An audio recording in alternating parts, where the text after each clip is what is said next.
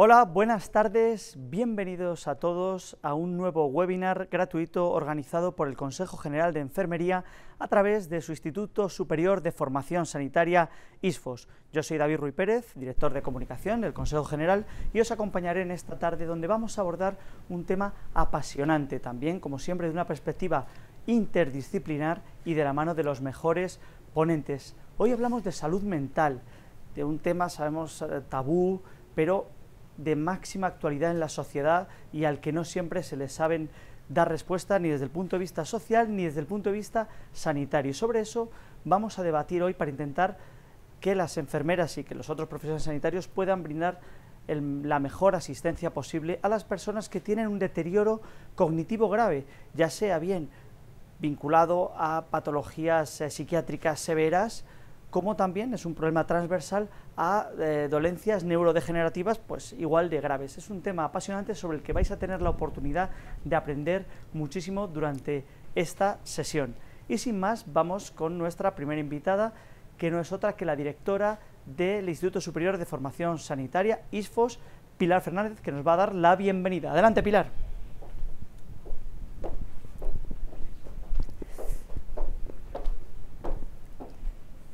Gracias, David. Buenas tardes a todas y a todos y bienvenidos a este webinar. La formación a lo largo de la vida para las enfermeras y enfermeros constituye una de las prioridades del Consejo General de Enfermería.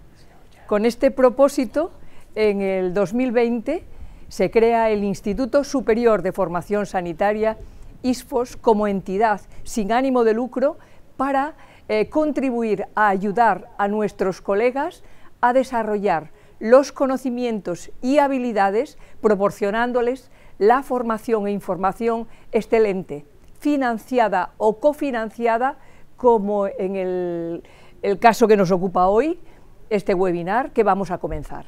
Gracias a Beringer por su colaboración, a nuestros ponentes y moderador, a las enfermeras y enfermeros que os habéis inscrito, más de 1.500 personas se han inscrito con nosotros, y a todos nuestros equipos por hacer posible que hoy estemos aquí.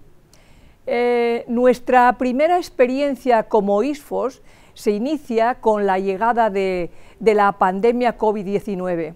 Ante ello, nuestro primer objetivo fue crear contenidos que ayudaran a nuestras enfermeras y enfermeros a trabajar con mayores conocimientos y seguridad ante la situación excepcional que estábamos viviendo, y apoyar también con seminarios online que nos dieran las herramientas de apoyo psicológico a los profesionales que tan mal lo estaban pasando. La salud mental es un tema que nos preocupa y del que estamos siempre muy ocupados. Hoy nuevamente trataremos de este tema. A lo largo de 2 horas que durará esta sesión, intentaremos realizar un abordaje holístico en el tratamiento de los síntomas del deterioro cognitivo. Hablaremos de la disminución de la memoria, de la atención, la velocidad y el procesamiento o el pensamiento abstracto, y todo ello con el objetivo de mejorar la calidad de vida de los pacientes con los trastornos mentales, como la esquizofrenia, el trastorno bipolar o la depresión, entre otros. El cerebro, al igual que el resto del cuerpo, cambia con la edad. Muchas personas notan que se vuelven más olvidadizas a medida que envejecen. Pueden tardar más en pensar en una palabra o recordar el nombre de una persona. El problema es que en un primer momento se piensa que son las cosas de la edad. Se normaliza y no se considera que detrás de estos olvidos puede encontrarse la enfermedad de Alzheimer u otros tipos de demencia. Por ello, en este webinar vamos a conocer de la mano de grandes expertos los cuidados y consejos que pueden proporcionar las enfermeras y los enfermeros a estos pacientes y sus familias. pues su papel es clave en el tratamiento y en los cuidados. Es muy importante que las enfermeras y enfermeros estemos formados e informados de las necesidades que tienen estos pacientes, tanto en la detección precoz como en la estimulación cognitiva, en el control de su salud física y mental o en el apoyo emocional que precisen. Para conocer algo más sobre el deterioro cognitivo, el papel que tienen las enfermeras y las necesidades de los pacientes y familias, hemos reunido a 3 grandes expertos en este tema. Don José Manuel Montes Rodríguez, psiquiatra, jefe de sección de psiquiatría del Hospital Universitario Ramón y Cajal de Madrid. Doña Mercedes Peña Granger, enfermera, supervisora de la Unidad de Psiquiatría de Adultos y tutora de residentes en el Hospital Universitario Gregorio Marañón, también de Madrid, y vocal de la especialidad de Enfermería de Salud Mental del Consejo General de Enfermería. Y don Julio González Luis, enfermero de urgencias de psiquiatría del Hospital Universitario Gregorio Marañón de Madrid. Según la OSEP, formar personas es ayudar a buscar la vida, a encontrar soluciones por sí mismas con independencia de las circunstancias. La auténtica educación no genera dependencia, sino libertad.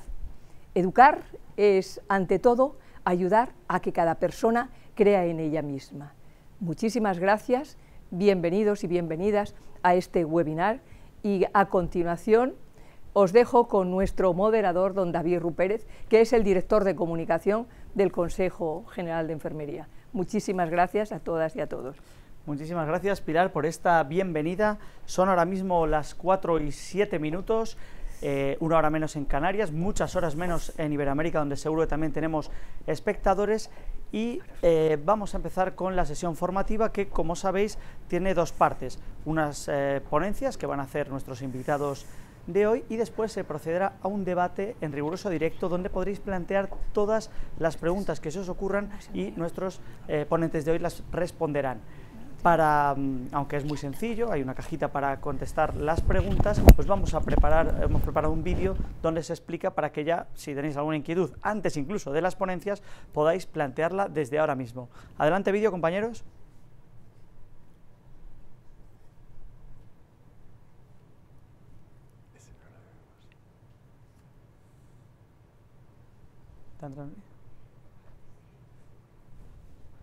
Bueno, parece que hay algún problema con el vídeo de las preguntas. Ya está. De todas maneras, ¿ya habéis participado en estos? No, está el vídeo. Vale.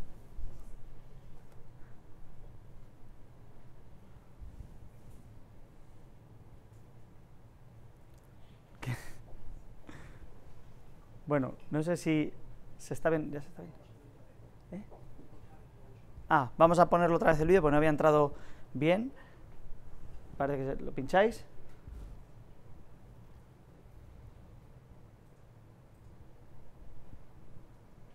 Dale. Dime cuándo vuelvo, joder.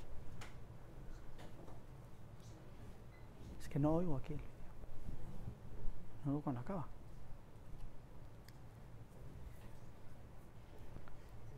Es que un retorno aquí, hombre. No veo lo que se está poniendo.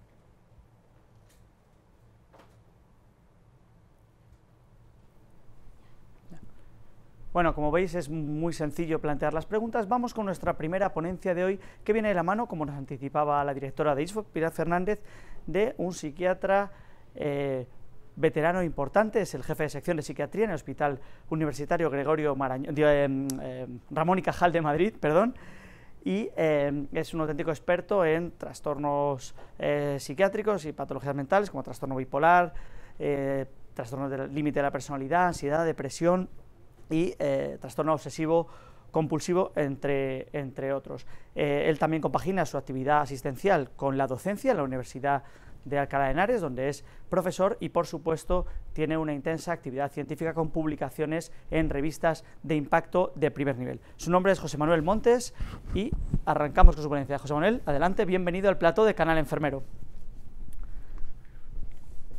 Hay un pasador ahí y podemos pinchar la presentación.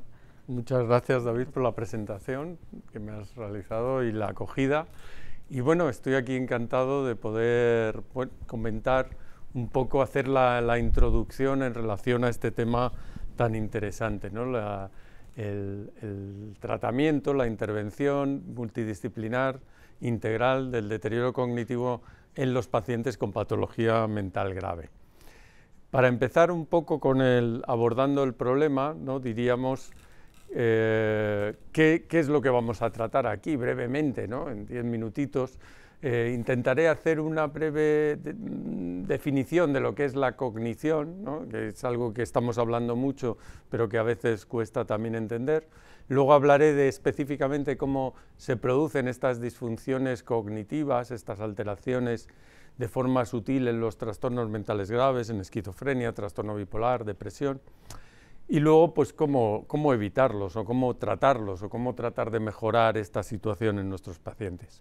Bueno, ¿qué es la cognición? Bueno, pues la cognición es eso, conjunto de procesos mentales que tienen lugar entre la recepción de un estímulo y la respuesta que damos a ello. El cerebro es una máquina preparada para afrontar problemas y, por lo tanto, pues requiere de una serie de funciones cognitivas que le van a permitir procesar la información que le llega de fuera y darle la mejor solución posible, ¿no? Es el método que todos seguimos en nuestro día a día y por eso es tan importante, pues, que tengamos las funciones cognitivas dispuestas.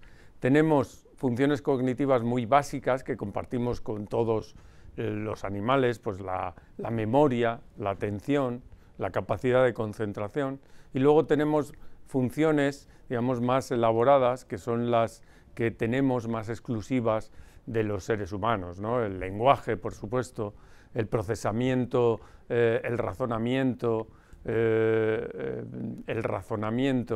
son características más sofisticadas de la cognición, pero que necesitan de esta base.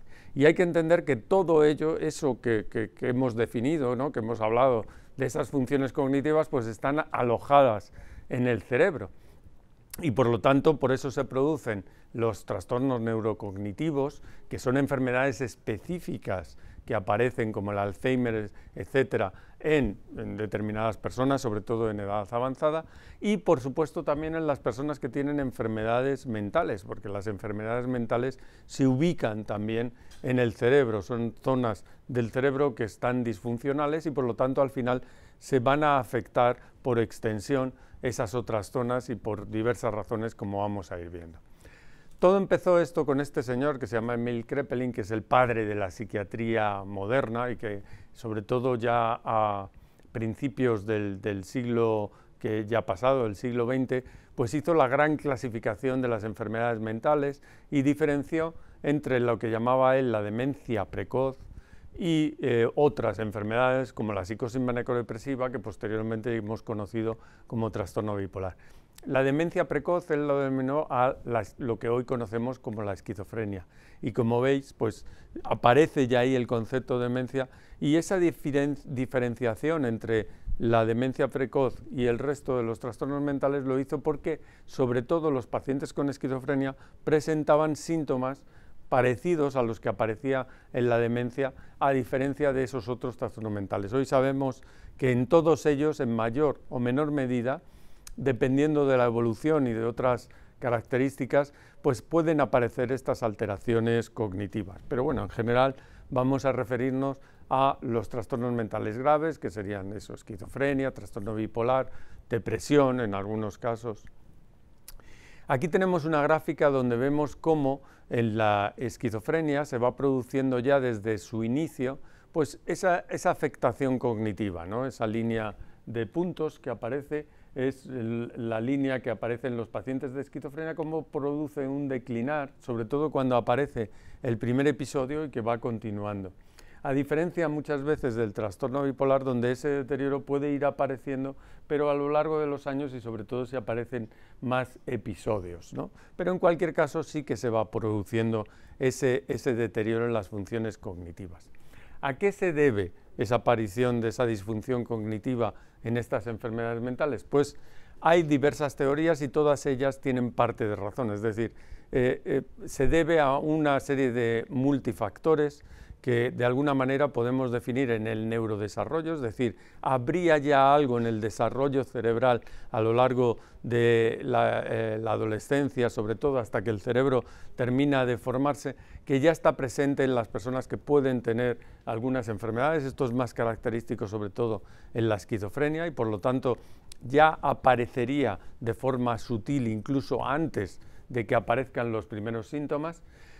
Se sabe que también los pacientes con trastornos mentales pueden tener más complicaciones obstétricas, donde alrededor de ellas pues, pueden desarrollarse ya estas disfunciones cognitivas, y luego todo lo que implica la enfermedad, con toda la aparición de los episodios, la posibilidad de una comorbilidad con sustancias, la presencia de sintomatología sostenida va a ir degenerando y va produciendo también estos otros aspectos, esta disfunción neurocognitiva.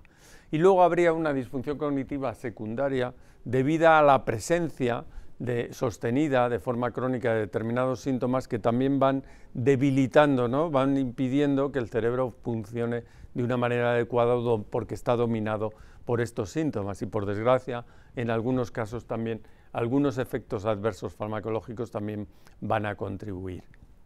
Y esta disfunción neurocognitiva al final que se pueda producir, el problema fundamental es que no es tanto en algunas ocasiones como que pueda ocurrir como en una enfermedad de Alzheimer, donde ya el deterioro cognitivo es tan grave que en sí mismo es muy debilitante, sino que aparece de una forma sutil, pero desde luego lo que le va a dar al paciente que lo sufre es una pérdida en su funcionalidad.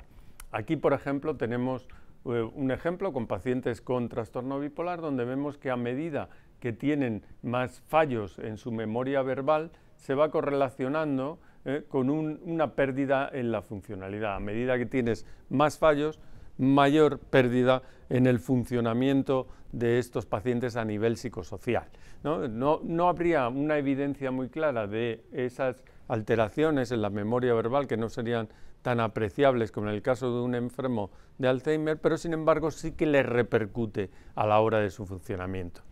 Aquí tenemos algunos ilustres personajes que claramente han contribuido a la historia desde el punto de vista artístico, político, creador en general, y que tenían, en este caso concreto, pues sabemos que podían tener trastorno bipolar. Si decimos entonces, ¿qué déficit cognitivo podrían tener estas personas? Pues no parece que sea muy evidente en estos casos. Pues a veces, como decíamos, ese déficit cognitivo pues no tiene por qué aparecer, y esto ya lo hemos ido viendo, sobre todo, por ejemplo, en pacientes con trastorno bipolar. La línea morada son pacientes con trastorno bipolar que no tienen ninguna alteración cognitiva. La línea roja tienen pequeñas alteraciones en determinados aspectos, en la velocidad de procesamiento, en la atención, que bueno, son simplemente cosas que medimos en las pruebas psicológicas, pero que tampoco tienen una gran repercusión. Y luego habría otros pacientes, ya en la parte más baja, que sí que tienen una afectación más global en distintas funciones y que al final son los que les van a producir esa mayor discapacidad. Aparte de las funciones cognitivas que hemos hablado anteriormente, cada vez tenemos que hablar más de la cognición social, que es lo que nos hace realmente más diferenciales, ¿no? Pensamos en el pensamiento y el razonamiento, pero la realidad es que vivimos en sociedad y la mayor parte de los trabajos los vamos a desarrollar en ese contexto social, que es toda esa serie de capacidades cognitivas que tenemos, que manejamos para poder manejarnos en sociedad, y que es lo que al final pues nos da ese buen funcionamiento a nivel social, familiar, laboral, etcétera, ¿no?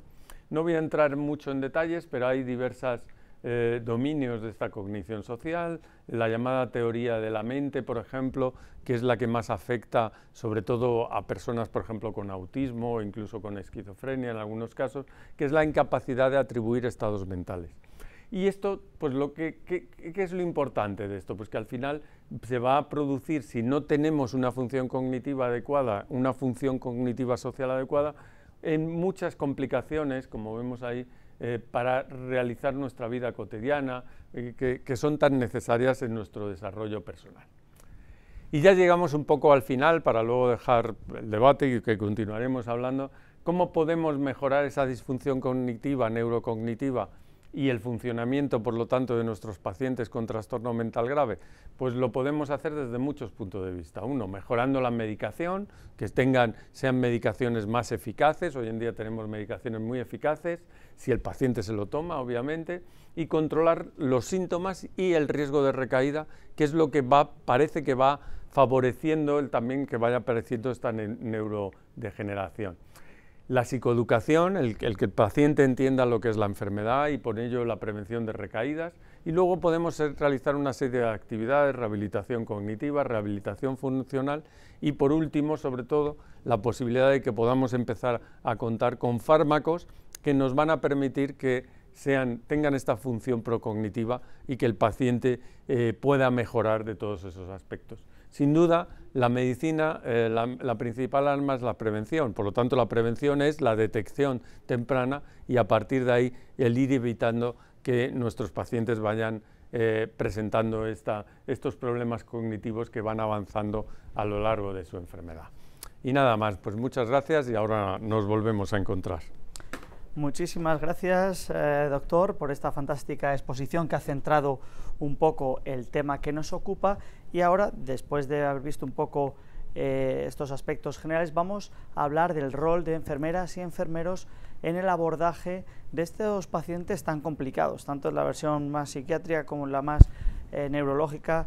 Es un reto mayúsculo al que se enfrentan nuestros profesionales sanitarios. La siguiente ponencia teníamos dos enfermeros que habéis visto en el programa, pero que han decidido hacer una ponencia conjunta. La mitad de la exposición la hará Mercedes Peña Granger, que sabéis que es la supervisora de psiquiatría en el Gregorio Marañón, tutora de residentes, que es la vocal, una de las vocales de salud mental en el Consejo General de Enfermería y un miembro muy activo de AESME, que es la Asociación Española de Enfermería de Salud Mental. Y claro, pues evidentemente, como estáis pensando, es especialista en salud mental. Ella tiene también un currículum impresionante y además es miembro de la comisión que tiene la Comunidad de Madrid para el abordaje de salud mental. Ella empezará la ponencia y a mitad de camino se dará el relevo con nuestro tercer invitado de hoy, que es Julio González Luis, quien también trabaja en el Gregorio Marañón, es enfermero de urgencias en psiquiatría y tiene un máster en investigación y cuidados, mucha formación, también es, por supuesto, especialista en salud mental.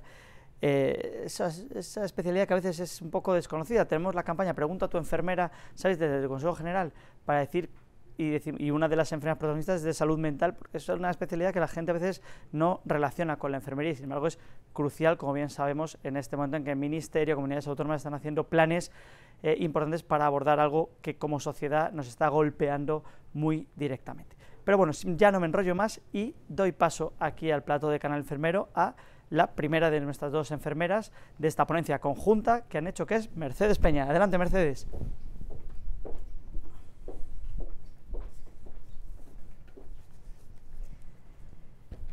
Bueno, pues buenas tardes a todos y muchas gracias por la presentación en la que siempre cuando te presentan te sientes todavía más responsable de lo que vas a hacer. Espero que a todos, a tanto enfermeras especialistas en salud mental como enfermeras generalistas, les motive el trabajar en este problema tan importante que es el deterioro cognitivo. Bien. Vamos a empezar haciéndonos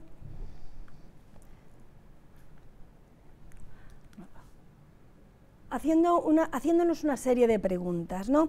El índice lo vamos a ir viendo poco a poco y en esta primera imagen que vemos nos hacemos la pregunta de ¿qué es? ¿No? ¿Qué es el deterioro cognitivo para que sea objeto de una intervención enfermera donde se pueda desarrollar sus competencias? Cuando nos ponemos en esta situación, lo que vamos a definir es un cuadro donde hay muchas funcionalidades cognitivas que se encuentran alteradas, sobre todo hacia la baja, es decir, disminuidas de una situación anterior donde funcionaban perfectamente. Con esta pregunta resolvemos el qué es. Vamos a hablar también de el por qué ¿Por qué? ¿Por qué nosotras, las enfermeras, trabajamos en este deterioro cognitivo? Vamos a ver cómo, y sobre todo nos vamos a centrar en de qué manera, cómo realizamos nuestro trabajo y desplegamos nuestras competencias en este campo. Para responder al por qué, tenemos que pensar en la transversalidad patológica del deterioro cognitivo, donde las vamos a encontrar tanto en los trastornos mentales como en otras patologías. El doctor Montes ya nos ha estado hablando en los trastornos mentales, nos ha hecho una descripción bastante demostrativa de dónde lo podemos encontrar y de qué manera nos aparece, además de toda la historia que lleva detrás, porque hablamos de ello ahora, pero lleva mucha historia porque llevamos muchos años que los pacientes sufren este problema.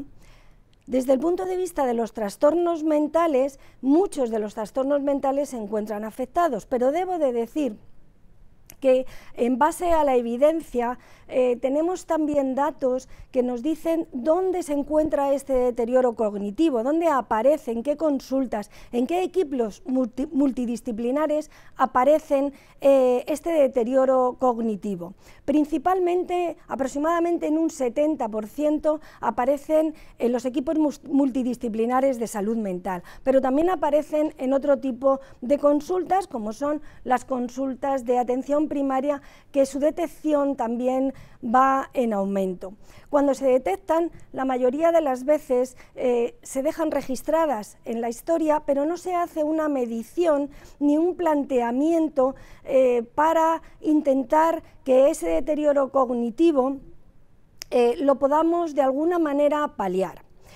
Esta situación no es porque los profesionales no queramos, ni muchísimo menos, sino que médicos, enfermeras y otro tipo también de profesionales, lo que ocurre es que no existen guías que estén dentro de nuestra actuación, por lo tanto se siguen una serie de indicaciones que van relacionadas con el deterioro cognitivo más importante que tiene el paciente. También la evidencia demuestra que a veces las encuestas, cuestionarios, no están dentro de lo que se debería de utilizar en cada caso, es decir, hay cierta confusión en este campo y lo que estamos todos de acuerdo es que hay necesidades no cubiertas que tenemos que cubrir desde nuestra labor, ya sea enfermera, médica, psicológica, etcétera, etcétera.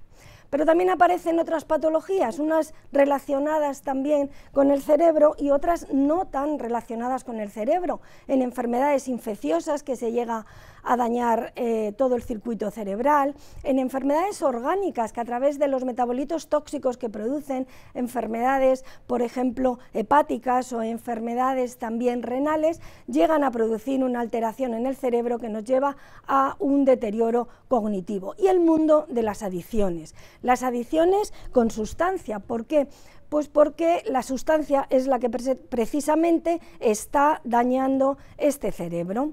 Los síndromes confusionales en cirugía y en personas mayores los vemos continuamente y además cuanto más largo es este síndrome confusional y más veces se produce, sí que se ve un deterioro que el deterioro cognitivo es cada vez mayor. Y vamos a respondernos a la pregunta del cómo, ¿no? Nos hemos respondido en el qué, hemos respondido el por qué y ahora vamos a ver cómo nosotros desarrollamos nuestras competencias. Bien, pues no solamente desarrollamos competencias en el campo del tratamiento farmacológico, que como bien ha dicho mi compañero, realmente necesitamos más moléculas que tengan una función más activa en este campo.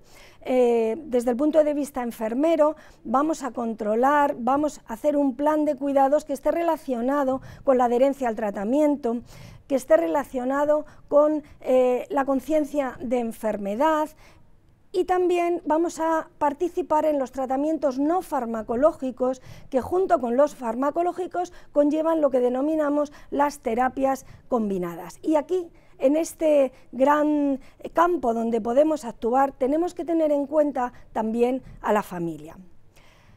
El cuidado enfermero va a empezar con una valoración siempre multidisciplinar, donde vamos a poder detectar cuáles son los factores de riesgo, vamos a saber si el paciente y la familia conoce el diagnóstico y lo que realmente esto le va a llevar a partir de ahora, y vamos a realizar un plan centrado en la persona, un plan personalizado para poder siempre tener el objetivo de frenar, acompañar o intentar adaptar este deterioro cognitivo que ya tiene adquirido, potenciando otras habilidades que puedan llevar al paciente a tener una funcionalidad mayor, que lleve a tener una calidad de vida mayor.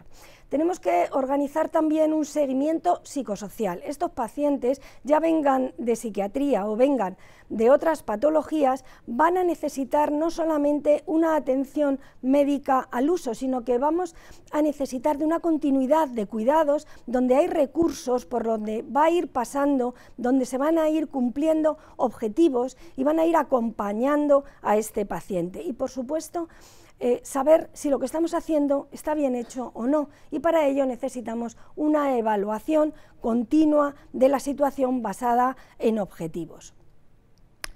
Para empezar nuestro cuidado enfermero y participar en esta valoración multidisciplinar, Enfermería utiliza los patrones funcionales de Major y Gordon. Sobre todo porque el ámbito en el que trabajamos, sobre todo en el ámbito público, es donde más podemos ver estos patrones funcionales, aunque también se puede ver desde otras perspectivas. Y vamos a ver que existen, en la mayoría de los casos, nos van a aparecer estos tres patrones que se encuentran alterados: el cognitivo perceptivo, el rol relaciones y el afrontamiento y tolerancia al estrés. De aquí, lo que vamos a intentar extraer va a ser los dominios de la nomenclatura Nanda-Nicknock, donde vamos a encontrar nuestros diagnósticos enfermeros, y desde luego el dominio más importante, como podemos suponer, el de percepción-cognición, donde vamos a elaborar diagnósticos de enfermería que están relacionados ¿con qué? Con la atención, con la orientación, con la percepción inmediata, con la cognición y también con la comunicación.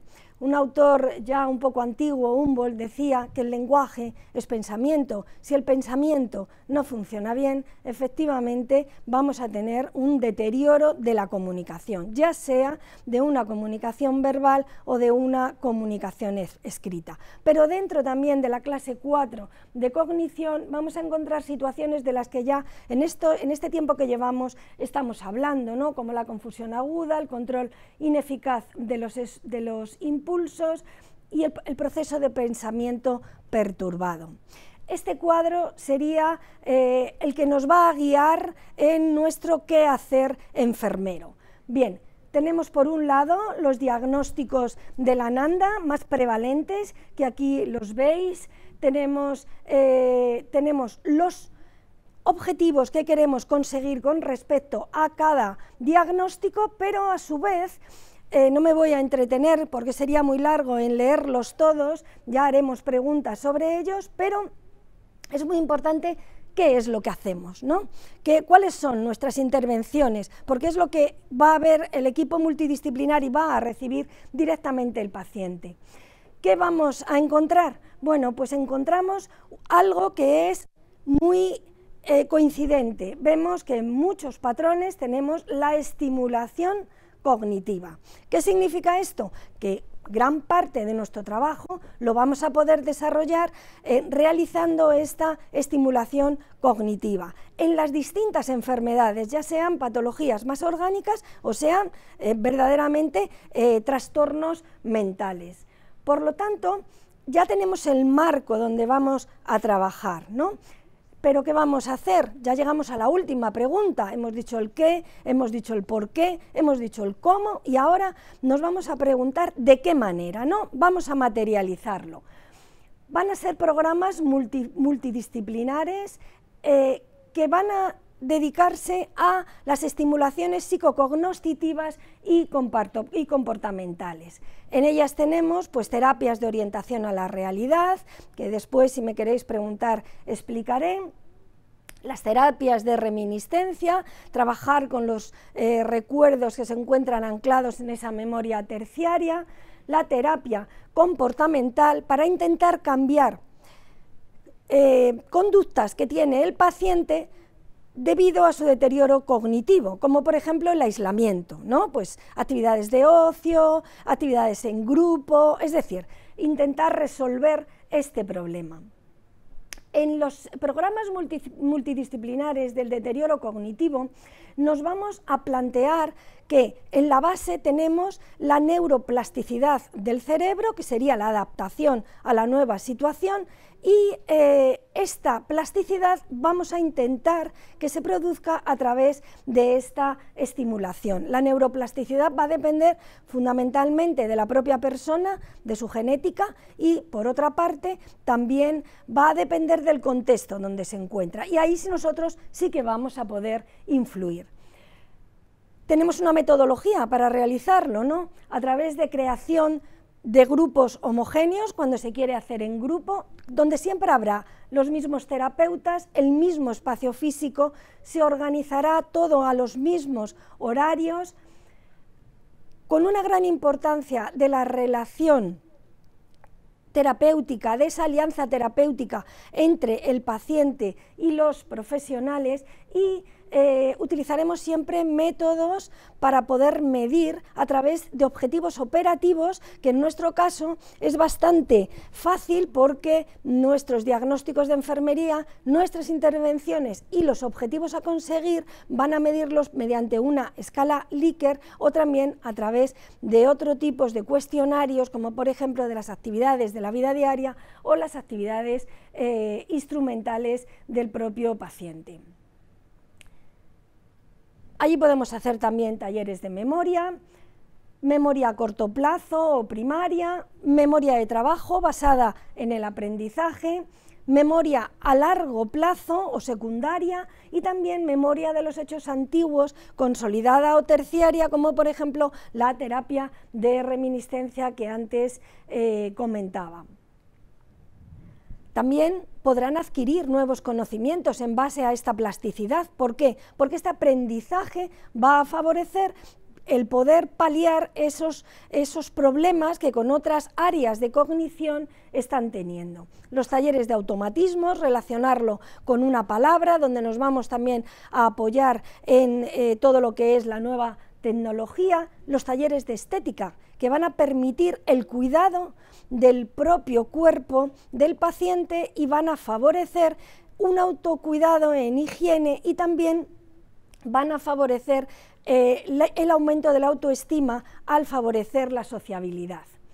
Los talleres de musicoterapia, harto demostrado en la evidencia el resultado positivo de la utilización de la musicoterapia en estos casos, y no me olvidaré nunca de hablar también de determinados talleres, como por ejemplo los talleres que se realizan a través de la lectura, donde trabajamos con la lectura simbólica, no a través de lo que cuenta el manuscrito, el cuento o la narración, sino a través de las ilustraciones, donde el paciente crea su propia historia.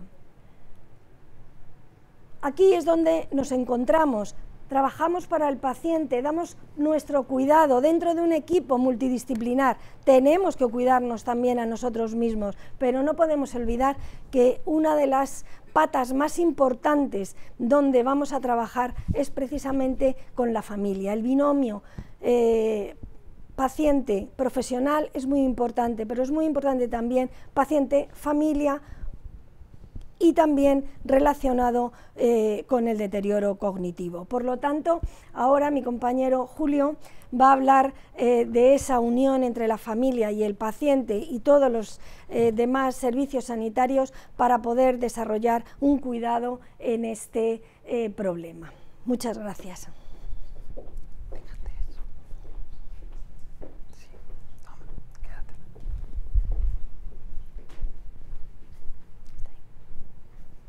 Gracias Mercedes, gracias y buenas tardes a todos y a todas. Me toca hablar de una de las cosas más fundamentales. Soy un apasionado de hablar de la familia. Ya los compañeros anteriores en sus respectivas presentaciones han nombrado de alguna manera a la familia, y la familia es para mí lo fundamental. Actúan como cuidadoras principales de una persona con deterioro cognitivo, y a lo largo de la presentación vamos a hablar de ese rol de la familia, qué rol ejercen y la importancia que tienen en el abordaje de una persona con deterioro cognitivo, quién cuida a esa familia, o sea, cómo cuidamos a esas cuidadoras principales y algunas ideas generales sobre el concepto de la familia. La familia en el deterioro cognitivo juega un papel, yo diría que fundamental. ¿Por qué? Porque no solo actúa en la prevención, sino actúan sobre todo en el manejo de esta condición. Y he nombrado 6 áreas diferentes.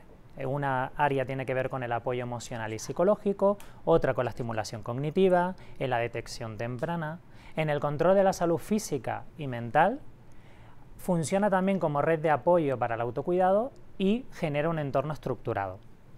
Las familias actúan como cuidadoras principales. Si nos vamos a las estadísticas, tanto el Instituto Nacional de Estadística como fuentes de informes del Ministerio de Sanidad o incluso el INSERSO hacen un perfil muy detallado de cómo es el perfil de cuidadoras principal en España. Principalmente el género actúa aquí, que son fundamentalmente cuidadoras mujeres, por eso a lo largo de la presentación vamos a hablar de cuidadoras.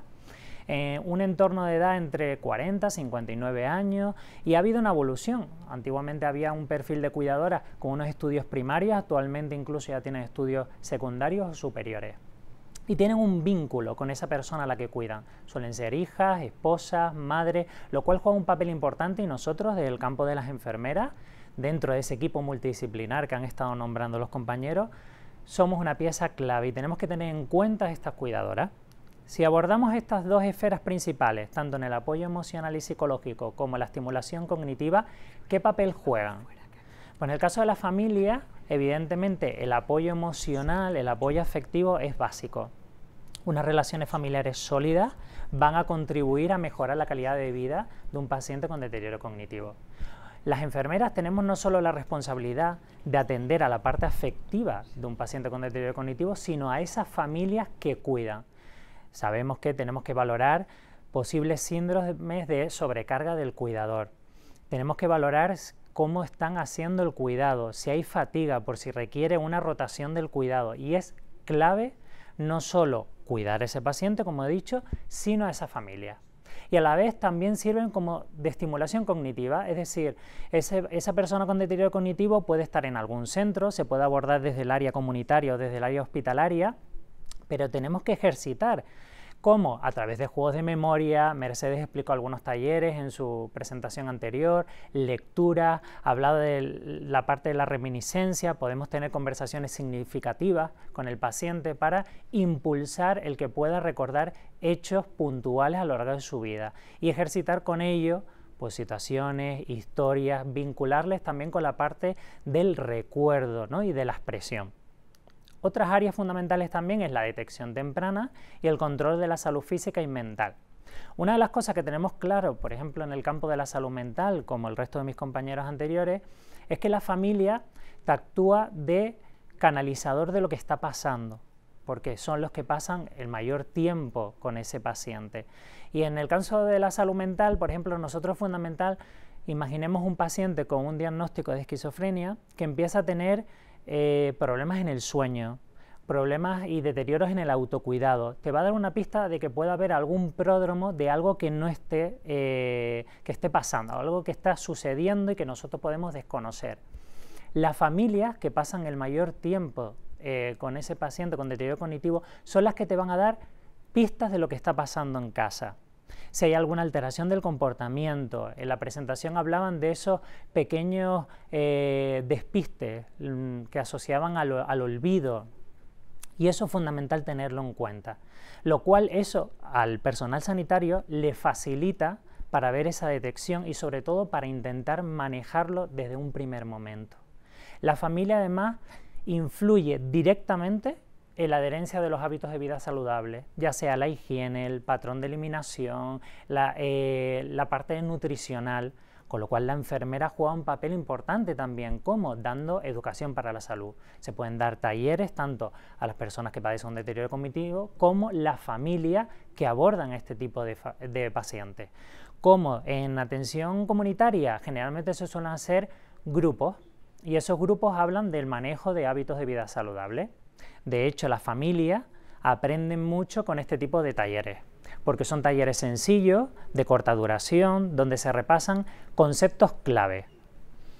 Y otras dos áreas fundamentales, que las familias, esas cuidadoras, funcionan de red de apoyo para el autocuidado y generan un entorno estructurado y seguro.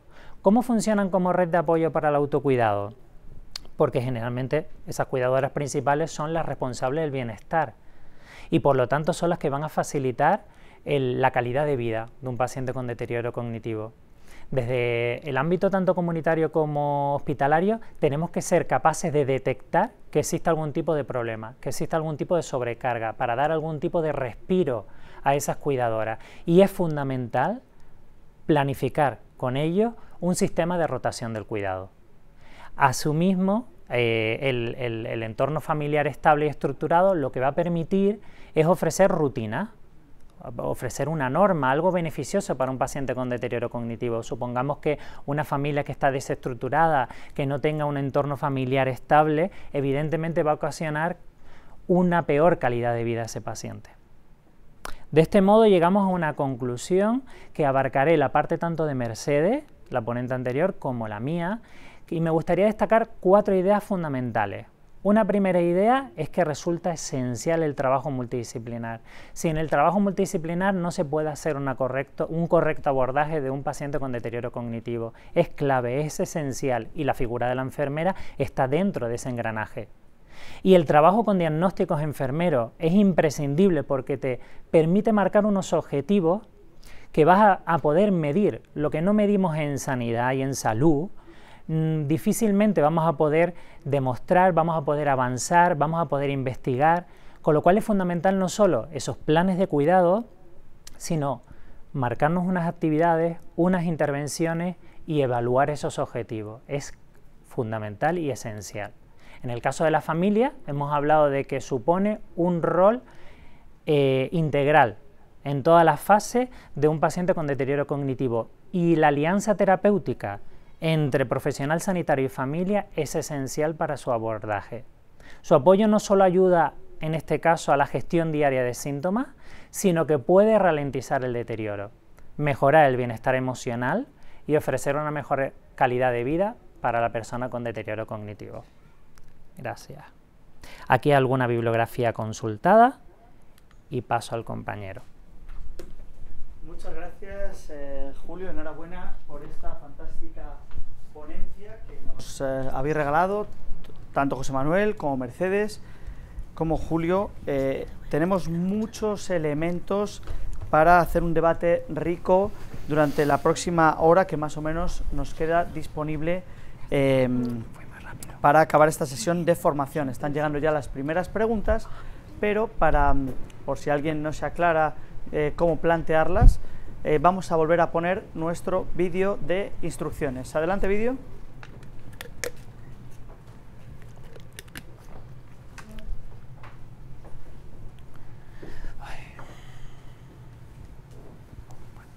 ¿Y cómo nos sentamos? Empieza él, tú y yo. Vale.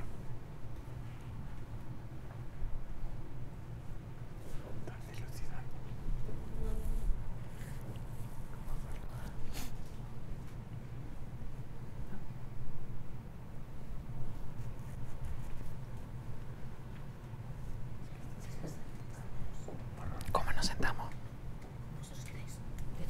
Pasad. Bien, bueno, pues quedó claro cómo plantear las preguntas. Ya están colocándose nuestros invitados de hoy, a quien podéis dirigirlas personalmente o hacerlas en genérico y que más o menos ellos vayan un poco interpelando. Bueno, las preguntas las vamos a plantear sin un orden establecido, puede que vayamos de un sitio a otro en este viaje. Es un tema muy complejo, con muchísimas aristas, habéis hecho un enfoque muy plural y es un tema que no es fácil de resolver ni plantear. Pero bueno, empezamos con la primera de las preguntas. Dice, uno de los asistentes está un poco sorprendido porque dice, veo que se habla de deterioro cognitivo en pacientes con esquizofrenia. Y entonces dice, esto no está tan vinculado o necesariamente vinculado a pacientes de edades avanzadas o con Alzheimer o otras demencias, porque claro, la esquizofrenia se presenta en pacientes más jóvenes, se puede presentar. Vemos que existe esa duda, ¿no? Que siempre el deterioro cognitivo, yo también lo tenía antes de asistir a vuestras ponencias, deterioro cognitivo, paciente mayor. No es así, ¿no? Bueno, por alusiones, como he sido el que he hablado al principio, pues bueno, yo creo que lo que hemos explicado, ¿no? La esquizofrenia, por ejemplo, es una enfermedad mental y las enfermedades mentales afectan al cerebro, ¿no? Afectan a áreas del cerebro que tienen que ver con los procesos mentales, ¿no? La mente, pues en general, podemos definirla como todos esos procesos que tienen que ver con el pensamiento y con nuestras emociones y la conducta. Entonces, ahí englobaríamos todas las enfermedades mentales. Claro, si hablamos de enfermedades que afectan al pensamiento, pues obviamente, y hemos dicho que el pensamiento es una función cognitiva, pues está claro que en alguna medida, como he tratado de explicar, pues por diversas razones, por problemas en el neurodesarrollo cerebral a lo largo de la adolescencia, tenemos que recordar que el cerebro está en desarrollo hasta cerca de los 24 años, ¿no? En todo ese periodo pues se va generando todos los cables, circuitos que nos determinan pues lo que somos al final, nuestra forma de pensar, de ser, de actuar, etcétera. Entonces, durante ese periodo se van a producir una serie de alteraciones que tienen que ver y que sabemos que son la enfermedad que denominamos como esquizofrenia.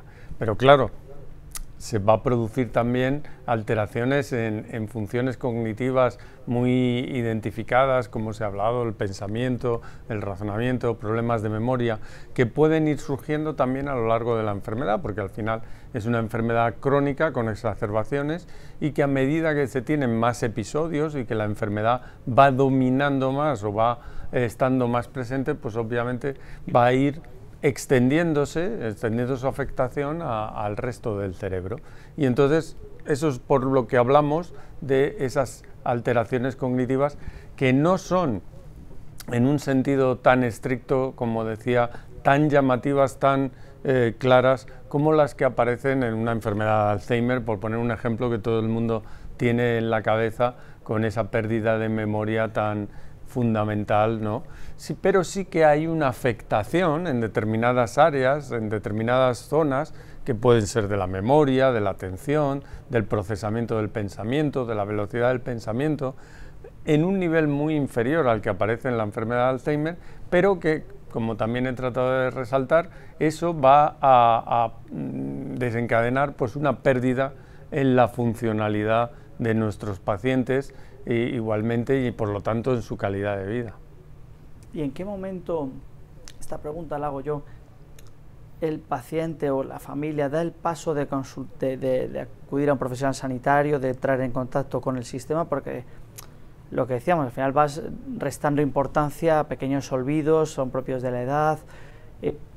¿Cuándo notáis que alguien ya da el paso de decir, me ocurre, hay algún paciente tipo o algo que a lo mejor ponga en riesgo su vida o de la de su familia, que ya se asuste un poquito? Bueno, son pacientes que están en seguimiento, ¿no? Están en seguimiento constante, porque ya... No, pero yo digo la primera consulta. La primera consulta siempre es más relacionada con problemas, digamos, estrictamente psiquiátricos, no neurocognitivos, ¿no? Pueden ser más problemas derivados de, bueno, presenta síntomas positivos o presenta alucinaciones, delirios, alteraciones de conducta. Ese es el primer motivo de consulta, ¿no? Que es el que reclama la familia y lo que es más llamativo. Y hemos visto en la gráfica que muchas veces ya ha ido apareciendo previamente esas otras alteraciones cognitivas que son más sutiles y que hacen, bueno, pues que se haya podido producir, como es el caso de la esquizofrenia, pues una tendencia a la apatía, al aislamiento social, que puede iniciarse antes de estos otros síntomas que son los más floridos y que son los que al final llaman a consultar a la familia. Vosotros tres trabajáis en el ámbito hospitalario, pero ¿qué papel puede jugar la atención primaria? Nos pregunta alguien que no dejó su nombre. El papel que puede tener la atención primaria, esas enfermeras, médicos de primaria, en la detección precoz, en la derivación adecuada?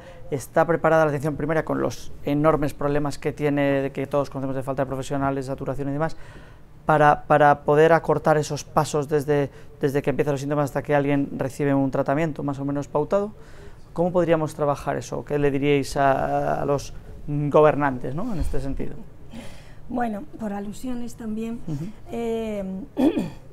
dentro de la atención que se le da a un paciente tipo, ¿no?, antes mi compañero ha puesto el caso de un paciente con esquizofrenia, el equipo multidisciplinar recibe a un paciente que puede ir también por otro tipo de síntoma, donde se puede ver claramente cómo su funcionalidad ha disminuido. Cuando hablamos de funcionalidad, que es un entorno bastante amplio, pues a lo mejor un debut de una enfermedad mental, ya sea, sobre todo la esquizofrenia es donde más se ve, o en caso de un trastorno bipolar, que el paciente vuelve a atención primaria pues simplemente por una infección respiratoria, pero resulta que ya pide una baja donde no se incorpora.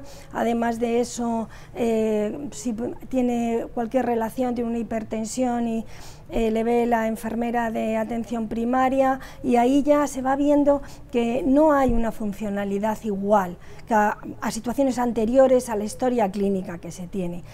En ese momento, cuando el equipo decide, se hace una petición para salud mental comunitaria, es decir, lo mismo que el centro de salud, pero salud mental comunitaria, donde lo va a recibir un psiquiatra y también va a estar presente ahí psicología y enfermería. Bien, todo este proceso es un proceso largo y, como decimos, nos gustaría que hubiera muchos más profesionales que existieran, porque ahora vivimos también una situación de escasez de profesionales. No se pueden contratar, se quiere, pero no se puede contratar, que pudieran continuar con este cuidado a ese paciente, con estos tratamientos que después reviertan otra vez en atención primaria. Y atención primaria me consta, porque estoy en un proyecto que se está viendo, tiene mucho interés en saber qué hacemos con estos pacientes, cuándo nos los tienen que derivar, qué pueden hacer ellos desde su posición, con el material que tienen, con los recursos humanos y con lo que ellos en este momento disponen, ¿no? Por lo tanto, este concienciamiento de la salud mental y de los trastornos graves de salud mental y no tan graves, hay que verlo no solamente desde la atención especializada, sino desde todos los ámbitos, y no solamente desde todos los ámbitos atención primaria y especializada, sino también salud laboral, con los colegios y todo lo que podamos ayudar a detectar situaciones que pueden, si se dejan, continuar hacia adelante, y hay veces que continúan hacia adelante porque así es su curso, así es de tórpida la enfermedad, pero que estén acompañados y cuidados y tratados. Muchas gracias, Mercedes. Al hilo hablamos, para no salir de primaria, entra ahora mismo, emerge aquí en la pantalla una pregunta también referida a primaria. Dice: soy enfermera de primaria y mi duda es qué podemos hacer para ayudar cuando detectamos un pequeño deterioro cognitivo en un paciente o nos lo comunica la familia. Dice, pero los test MEC, MinMental, Pfeiffer, no les salen malos datos. Dice, o sea, te lo reporta la familia, lo ves en el paciente, los test no reportan malos datos, dice, o incluso neurología no lo valora como tal deterioro, pero nosotras lo vemos desde una mala adherencia al fármaco a alteraciones en los controles del sintrón. O sea, la enfermera está detectando y son pacientes sin patología mental anterior. ¿Cómo actuaríais en ese caso que nos plantea la compañera? Hay que recoger esos datos, hay que perseguir esa situación. Vosotras, enfermeras y enfermeros de atención primaria, tenéis una suerte muy grande, que es que entráis al entorno del paciente directo, ¿no? No va vestido y limpio porque va al médico en la especializada, sino que está en su casa. Veis el entorno que vive, veis cómo son sus relaciones familiares. ¿Por qué la familia dice que aparecen estos olvidos? ¿Por qué dicen que aparece que está desaseado? Es decir, nos van dando pistas y señales que en un momento determinado, las reuniones de equipo para eso nos sirven. En estas reuniones multidisciplinares tenéis que realmente poner vuestra arena en esa playa de todos esos datos recogidos que van a alertar con seguridad al profesional médico para intentar que sea valorado ese paciente y que si realmente existe un trastorno mental, sea grave o no, esté controlado. Es muy importante la detección de los factores de riesgo y nosotros desde la especializada lo hacemos a posteriori.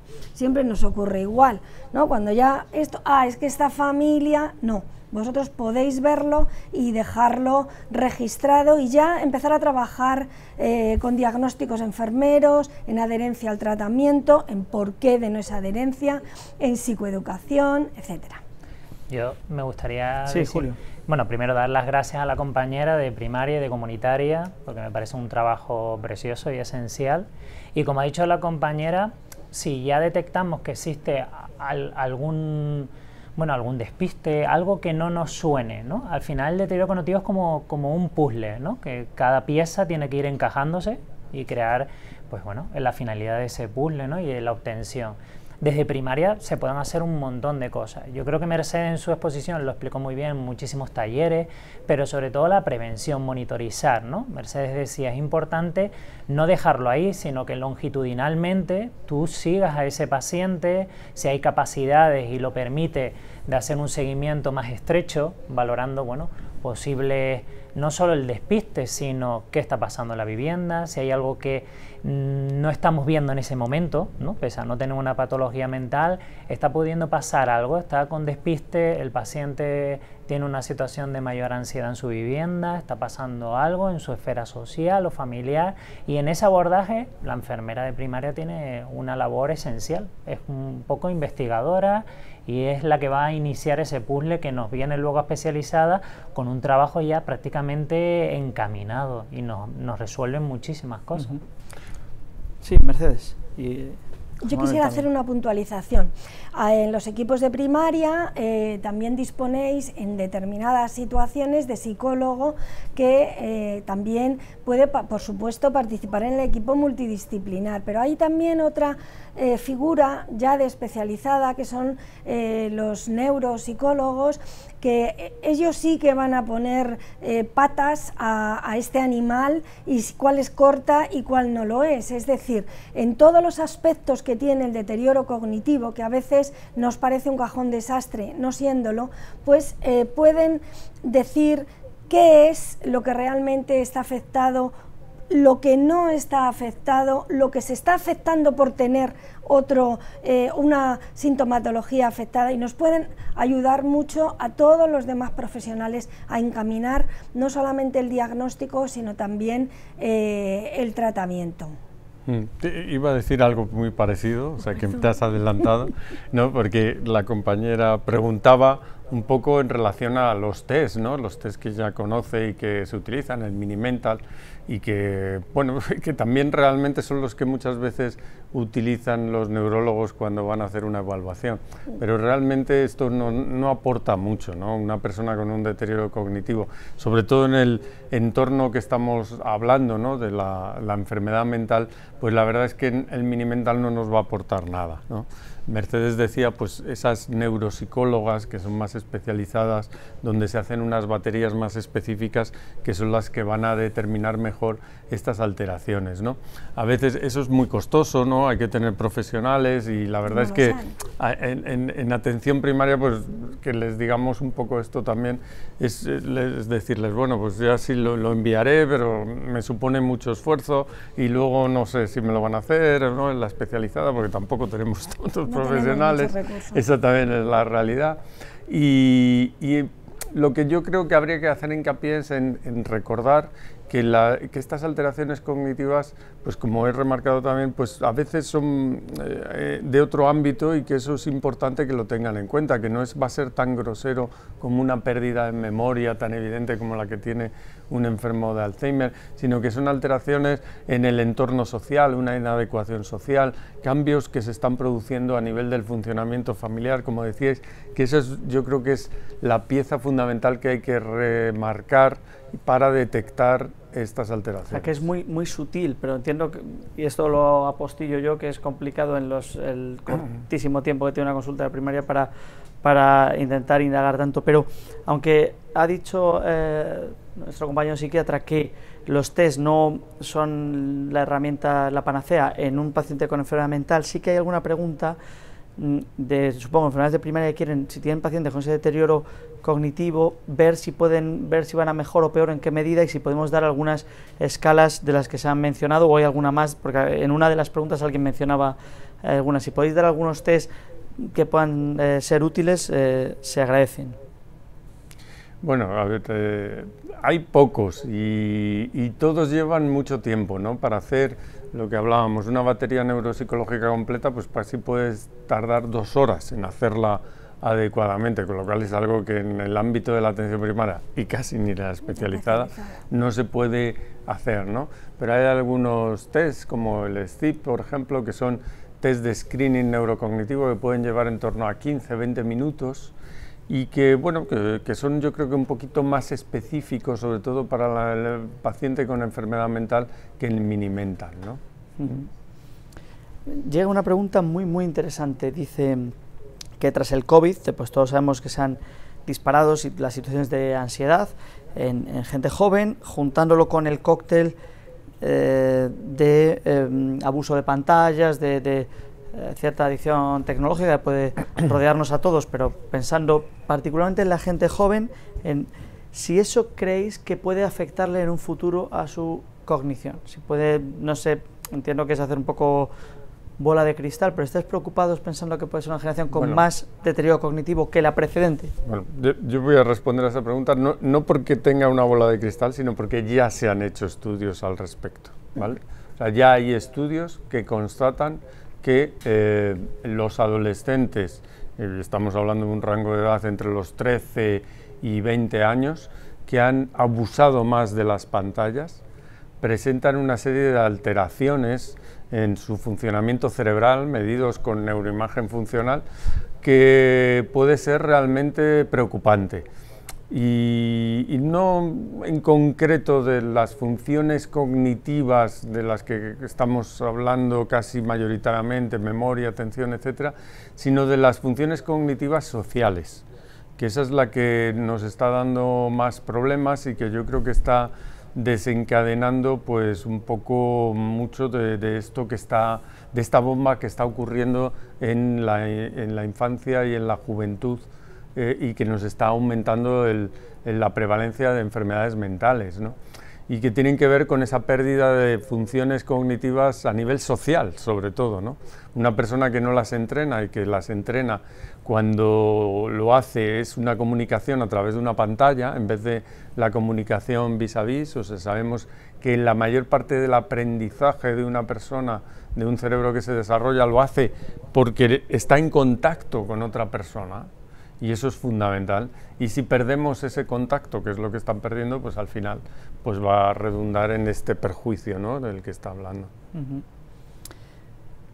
Tengo aquí una pregunta relacionada con los familiares, con los cuidadores, que lo abordó Julio, y decía, ¿qué problemas de salud soléis ver en las familias cuidadoras de los pacientes, ya sean pacientes de un tipo o de otro? ¿De qué manera les afecta? Pues sabemos que a veces las familias carecen, o sea, si el paciente no siempre tiene la atención que necesita y los recursos que el sistema nos puede proporcionar, al cuidador está dejado de la mano de Dios. Como dice, ¿qué problemas de salud veis en esas familias? Pues sobre todo cuando vemos en las consultas nuestras a la familia, a los cuidadores, lo que se ve es fundamentalmente que tienen deteriorado la red social, hay una falta de ocio por el tiempo que se tienen que dedicar a la persona a la que cuidan, y tiene una autopercepción de la salud bastante mala. O sea, lo califican como, bueno, problemas a nivel físico, sobre todo musculoesquelético. Hay una queja sobre si tienen que hacer cambios posturales, más de la ergonomía del paciente. Tiene que ver también la parte afectiva. Muchos valoran de sentirse con mayor número de estrés, con una ansiedad basal medio alta. Tendería más a la esfera afectiva y la esfera física, fundamentalmente. Bien, entran algunas preguntas que están vinculadas a pacientes. Sabemos que el paciente psiquiátrico en general es un paciente muy complicado, y también el que está en una fase aguda de una patología degenerativa también, pero bueno, nos hablan en el caso concreto cómo abordar una paciente con un ingreso voluntario en una institución cerrada, con patología de salud mental tipo esquizofrenia, ex ADVP, que no sé lo que es, ADVP. Adicta a drogas por vía bueno, parenteral. vamos, sí, perdona mi ignorancia, yo no soy profesional sanitario y a veces me venís aquí abreviaturas que me sobrepasan. Bueno, deja de tomarse la medicación antipsicótica, no atiende a los sanitarios, está en una fase de esas.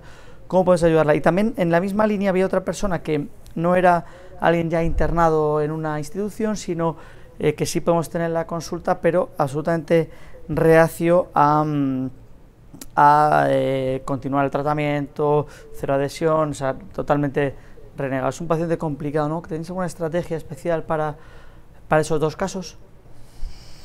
Bueno, pues en el cuidado continuo lo que realmente queremos es meter a este paciente en un círculo del cual esté acompañado siempre, ¿no? Nosotros sabemos las características que tiene esto, es bastante más común de lo que parece, ¿no? El paciente no se medica, en cuanto está un poco mejor deja la medicación porque ¿para qué lo va a tomar?, etcétera, etcétera, ¿no? Además se sigue deteriorando físicamente, es decir, es un círculo en el que el paciente entra y nosotros tenemos que captarle para irle acompañando y de esa manera que no ocurra tantas veces o deseándolo que no vuelva a ocurrir, pero a veces es muy complicado, muy complicado. Hemos mejorado mucho con toda la red de comunitaria dependiente de los centros de salud mental, y esta red comunitaria de, en primer lugar, enfermeras que se dotaron desde la oficina regional y también médicos que lo que hacen es realmente acompañar al paciente en su entorno, y cuando aparece este tipo de circunstancias lo pueden volver a recaptar. Y así, de esa manera, esto ha disminuido, pero hay otras veces que no se puede recaptar al paciente y entonces esto ya hay que vehiculizarlo a través ya de otra institución, que es una institución judicial, ¿no? Es el último término en el que pues se puede utilizar. El psiquiatra tiene que hacer la petición, o también la familia, por su propia voluntad, puede decir: yo tengo aquí una persona que esto me está pasando, que está en estas condiciones, que no podemos llegar a él. Pero si ya ha tenido atención por parte de profesionales sanitarios, suelen ser los profesionales lo que esto lo canalizan. El paciente puede volver al hospital, porque así lo diga el juez, y allí tratarse, pero a veces ni tampoco eso, cuando vuelve a salir, funciona. Utilizamos la red de recursos, que no son el hospital directamente, sino una red de recursos que la familia participa de manera secundaria, como son las mini residencias, los pisos protegidos, etcétera. Pero claro, eso es otro problema más añadido desde el punto de vista psicosocial que tenemos, pues, los profesionales, y sobre todo lo tienen los pacientes y las familias que padecen estas enfermedades. Hemos dado alguna pincelada con el tema de la familia, y una compañera que trabaja en una residencia dice: en muchos casos nos encontramos familias que no están bien informadas sobre la evolución de su familiar y qué cabe esperar respecto a su evolución. Cuando hay un diagnóstico, y la pregunta es la siguiente: cuando hay un diagnóstico de patología mental, ¿existe algún protocolo de apoyo familiar para asegurar esa información? Te lo paso a Julio. Pues las compañeras antes hablaba la Mercedes, la compañera, del ámbito más comunitario de la salud mental, ¿no? Hablaba de los centros de salud mental y explicaba que eran como los centros de atención primaria específicos de nuestro campo de la salud mental, y hay programas, hay incluso un programa espectacular que pilota muy bien la enfermera, que es el programa Continuidad de Cuidado, donde abarca evidentemente ese cuidado a la familia, esa explicación, donde tiene que darse información sobre la evolución. Eso se hace continuamente, o se debería hacer en las consultas, tanto del facultativo médico como de las enfermeras de salud mental. Esos programas como tal se pueden hacer como a través de grupos terapéuticos que se hacen, y me consta que además en el ámbito comunitario de salud mental hay grupos hacia la familia, sobre todo para que entiendan cómo va a ser la evolución, para que entiendan cuáles son posibles señales de alarma ante un posible recaída de un paciente, por ejemplo, con esquizofrenia, que pueda sufrir algún tipo de recaída en su proceso, incluso información tan básica como la medicación, qué efectos secundarios puede tener. Todo eso se hace. Claro, pero aquí hablamos, si lo he entendido bien, de grupos donde reciben una información genérica sobre la evolución tipo del paciente, pero yo creo que la pregunta hablaba de que se corta el hilo de la comunicación de su familiar en concreto, que no saben si va peor, mejor, o sea, que a lo mejor se está fallando en dar la comunicación desde una residencia, se supone que ahí trabajará algún profesional, sí, y debería, y parece que no, al menos en este caso, que el canal no llega a la información, que la familia se siente perdida de cómo está evolucionando su familiar.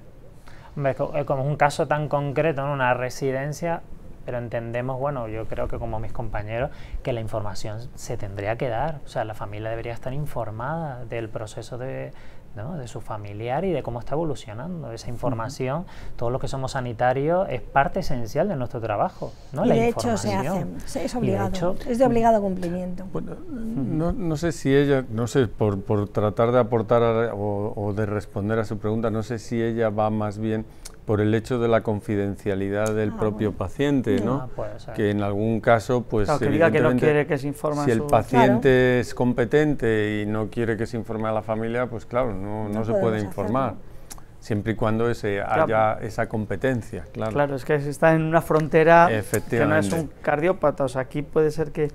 Claro. Bueno, interesante, dice, buenas tardes, dice, a la hora de intervenir como enfermero con deterioros cognitivos leves o moderados, veo muchas posibilidades de talleres y estimulación cognitiva de todo tipo, dice, pero veo muy limitada nuestra actuación para intervenir en deterioros cognitivos graves. Me gustaría que me dieran alguna idea o sugerencia en este sentido. Se puede trabajar, supongo que es más complicado, ¿no? Pero digo yo que habrá también talleres o posibilidades de trabajar ese área no farmacológica con pacientes que ya vayan con la enfermedad más evolucionada. Por supuesto que hay posibilidades para poder trabajar en ese entorno. Hay posibilidades adaptadas a las necesidades del paciente que provienen de lo que hemos estado intentando transmitir, y es que el equipo multidisciplinar, en el momento en el que se hace una valoración, y esa es continua, se va viendo cómo se pasa de un deterioro cognitivo leve a un moderado o ya a un grave, y los profesionales, no solamente enfermeros, enfermeras, sino psicólogos, terapeutas ocupacionales, todos participamos en buscar la mejor manera, lo más adecuado para este paciente. Pero la idea, o yo creo que es algo que debemos de grabarnos, es que no se puede trabajar de manera individual, ¿no? Esperando que el éxito nos pertenezca a una persona, sino que tiene que ser en un entorno multidisciplinar, donde un profesional que no llega a ese conocimiento o no tiene por qué sus competencias llegar, hay otro profesional que lo conoce y el anterior también tiene determinadas competencias que los demás no tienen. Hay que ir tratando al paciente según la situación en la cual se encuentra, y ver, muy importante, ver el seguimiento, ver cómo ha tenido esa línea, ¿no?, que dibujamos a veces con respecto al deterioro cognitivo, que ha ganado, que ha perdido, por qué, eso nos permite aprender y ese aprendizaje revertirlo en los pacientes. Yo te pondría muchos ejemplos de pacientes, por ejemplo, con una enfermedad de Alzheimer que se encuentra afectada muchísimas zonas, dependiendo de dónde se encuentra el problema, en una prueba que sea una prueba visual, como una resonancia ya interpretada por profesionales, y te puedes suponer qué es lo que puede ocurrir, ¿no? Y sin embargo, pues el paciente es verdad que no sabe muchas veces dónde está, no sabe quién eres, pero sin embargo lee todo lo que se encuentra a su alrededor, ¿no? Eso hay que formarse para saber qué puede ocurrir y que tiene una determinada actuación en ese momento. ¿Qué deberemos de fomentar? Evidentemente esa lectura. Tendremos que también averiguar qué comprensión hay de esa lectura y con eso poder ayudar en otro déficit cognitivo que tenga, como por ejemplo la memoria, ¿no? Ir creando automatismos para que poco a poco se vaya desarrollando, ¿no? Pero no es que en un entorno leve haya unos tratamientos determinados, una terapia combinada determinada o medio o ya en un caso grave, sino hay que acompañar al paciente. Si no lo acompañamos, pues lo único que vamos a ver son situaciones tipo estandarizadas que no tienen que ver con lo que cualquiera de nosotros tres hace todos los días, que es tratar a la persona, no tratar a la enfermedad. Por añadir también alguna otra cosa, como ella hace mención a la enfermedad, a la neurodegeneración grave, pues hay lo que se denominan centros de día, que dependen además, desde primaria se pueden derivar, ¿no? Y yo creo que hacen una labor bastante interesante, ¿no? Donde incluso pueden recoger al propio paciente en el domicilio, y yo creo que aportan mucho, ¿no? en esta mejora o en todo lo que se puede hacer, sobre todo cuando ya hay un deterioro cognitivo grave. Al hilo de los talleres, hay una enfermera que se llama Teresa, que nos dice que trabaja en primaria. Dice, a ver si pudiese ser posible, luego a posteriori, si en las próximas 48 horas, cuando subamos estos vídeos al canal de YouTube de ISFOS, a lo mejor en la descripción podemos aportar algo de bibliografía útil o contactos para aprender a orientar talleres. Parece una persona muy interesada en este ámbito, y pues ver si leyendo puede preparar nuevos talleres o ideas, pues para mejorar habilidades cognitivas y redaccional. Yo creo que podremos trabajarlo y que eso lo pongamos con lo que nos digan. Sé que alguno habéis puesto algo de bibliografía, pero bueno, ahí se ve fugazmente en la pantalla para poderlo madurar un poquito y que sea útil. Hay una pregunta aquí muy interesante también que nos dice, hablaba antes el doctor Montes sobre la generación actual de niños pospandémicos y con videojuegos y con pocas relaciones personales y cómo eso puede afectar, pero alguien pregunta, ¿la falta de descanso crónico, que todos sabemos que dormimos poco, que no llevamos a veces hábitos de descanso y de sueño correctos, puede ser el origen o favorecer un desarrollo más rápido de estos trastornos cognitivos? Sí. También está estudiado, ¿no? Sí, sin duda. O sea, la falta de sueño es una de las fuentes de muchas enfermedades, ¿no? Desde las enfermedades cardiovasculares, enfermedades mentales, por supuesto.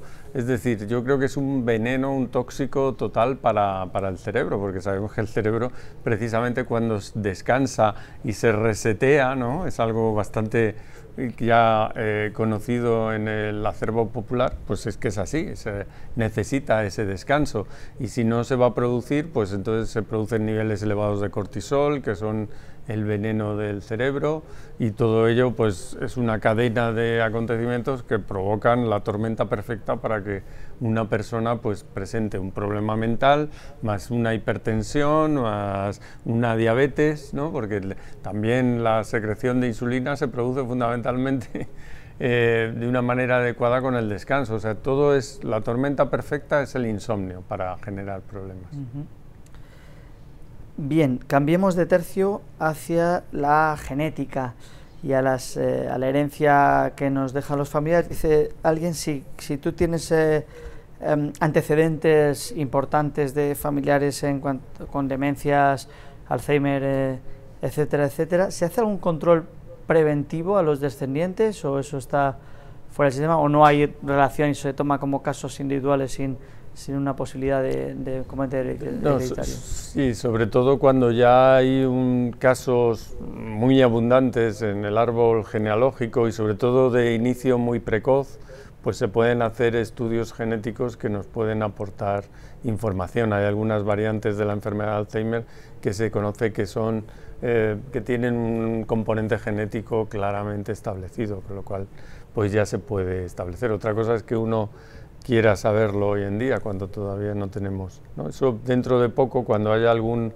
tipo y ya está ahí a puertas de alguno en Estados Unidos ya se está realizando, ¿no? Pues se puede hacer toda una batería de pruebas que permitan implementar esos tratamientos, con lo cual no será simplemente informativo, sino muy importante, muy interesante, ¿no?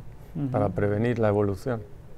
Bien, decíamos, bueno, avanza la investigación, avanza la farmacología, avanza también el tratamiento no farmacológico, pero es verdad que en psiquiatría pues hay muchas lagunas sociales, y hay una compañera que dice que es enfermera en una residencia y dice, y veo muchos residentes con problemas psiquiátricos y por su edad no pueden estar en lugares específicos para ellos y los envían a la residencia pública y no están bien tratados allí porque esas competencias no las tenemos los profesionales, o no en la misma medida los profesionales que estamos trabajando en esos centros sociosanitarios. ¿Cuáles serían las actuaciones en estos casos? Y siempre terminan ingresándose en los hospitales psiquiátricos, pero ya cuando han llegado a un estado muy grave de su desarrollo. ¿Qué podríamos hacer en este sentido? Si fueseis ministro de Sanidad, o sea, me cuesta pensar ser el ministro de Sanidad, pero realmente estas iniciativas ya se están haciendo, es decir, ya sea de una manera en forma de conciertos o a través de lugares específicos. En nuestra comunidad autónoma hay menos incidencia de estos centros, pero se tratan patologías relacionadas con demencias tipo Alzheimer y también enfermos que tienen un trastorno mental. Lo que ocurre es que la funcionalidad de un enfermo mental y la funcionalidad a nivel cognitivo y a otros niveles del paciente con demencia o paciente también tipo Alzheimer es que varía, no es igual, ¿no? Y entonces a veces pues se acierta o no se acierta a poder mandar a ese paciente a ese recurso. Efectivamente se tiene que trabajar en ello, pero eso sabemos todos que requiere de presupuesto, requiere de considerar la enfermedad mental como cualquier otra enfermedad donde se hacen trasplantes, y en ese sentido pues nos queda un camino por recorrer, que no dudo que se va a recorrer, y que tanto daño nos ha hecho la pandemia, tantas personas hemos perdido, pero en ese campo nos ha ayudado a ver que hay enfermedades, que hay cuadros y trastornos que estaban ahí agazapados, que requieren atención y que no tenían la justa. ¿Creéis entonces que es verdad que ahora que lo comentáis, que se ha aflorado una mayor sensibilidad hacia los problemas de salud mental en los post-pandemia, porque es verdad que desde el punto de vista político están generando bueno, sabemos que estos planes sin financiación no valen para nada, muchos son cantos de sirena, pero sí que es verdad que la percepción, al menos desde los medios, es que hay una preocupación mayor por la salud mental. ¿Pero creéis que esa preocupación se pueden dar pasos hacia la financiación, hacia tomárnoslo en serio, por fin? Bueno, pues yo creo que cuando se puso en el escenario pues los problemas de salud mental en relación a la pandemia, que pues todos parecíamos que estábamos encantados con ello porque parecía que era una oportunidad muy buena, pero la realidad es que bueno, se habla mucho de temas menores de salud mental, ¿no? Casi patologías menores de la vida cotidiana, ¿no? Que afectan, pues evidentemente a la persona que lo sufre también es importante, pero yo creo que al enfermo mental del que estamos hablando hoy, en concreto de la patología mental grave, pues ha sido el gran olvidado de atención, ¿no? Y yo creo que sigue siéndolo, ¿no? Estaremos de acuerdo. Estoy totalmente de acuerdo. Y bueno, pues eso hace falta por lo que hablabas, ¿no? Invertir mucho más, ¿no? En recursos, y que eso va a favorecer pues que ese enfermo mental con patología grave pues deje de ser el olvidado, ¿no? Y el estigmatizado, porque no es lo mismo tener una ansiedad, con todo que por supuesto ya digo que es importante tratar y que va a ser un problema para la persona que lo padece, pero bueno, pues la enfermedad mental grave hablamos de otro nivel, ¿no? Otra liga en ese sentido. Y esto ya es una curiosidad mía, no lo pregunta nadie, pero el grado de estigma, o sea, la atención está como está, ¿el grado de estigma va a mejor o a peor? Está claro que lo que decíamos, más comprensión en patologías tipo ansiedad, depresión, y creo que en eso se ha podido mejorar, pero cuando hablamos de una patología severa se sigue estigmatizando. Yo creo que también a veces hay un poco más de corrección del lenguaje, los medios, por ejemplo, que es lo que me toca a mí, se han vetado ciertas expresiones estigmatizantes. No lo sé si puede ser un poquito optimista o no. Bueno, a ver, yo diría que un poquito optimista, porque cada vez mejoramos más, ¿no? En ese sentido, pero nos queda mucho por recorrer, ¿no? Es una demanda, pues yo creo que lo hacen familiares, asociaciones de pacientes, los propios profesionales, sigue estigmatizándose mucho, y eso se ve en todos los aspectos, ¿no? Perjudica al paciente, a las posibilidades de reinserción social, laboral, a los propios recursos que se invierten, ¿no? Y es un problema que yo creo que todavía tenemos que mejorar en nuestro país, ¿no? Yo siempre digo que en otros países se han dado avances, porque hay personas que han reconocido, personas que están en la vida pública de una forma muy relevante y que reconocen que tienen una enfermedad mental grave, y eso desde luego normaliza mucho la enfermedad mental grave, pero aquí en España todavía específicamente cuesta mucho dar ese paso. No sé, vosotros. Sí, yo opino exactamente igual. Yo, por ejemplo, que estoy en el ámbito de la psiquiatría infantil, sí que noto que el estigma se ha roto un poquito. Voy a ser igual que el compañero, un poquito optimista. Antes estaba más vetado y ahora, por lo menos los adolescentes, son capaces de verbalizarlo de una forma más natural, que yo hace 5 años eso no lo escuchaba ni lo veía, y ahora sí que noto una mejoría. Y sobre todo, por ejemplo, en urgencia había hace años un mayor estigma hacia pacientes de salud mental, y ahora sí que noto una corriente diferente.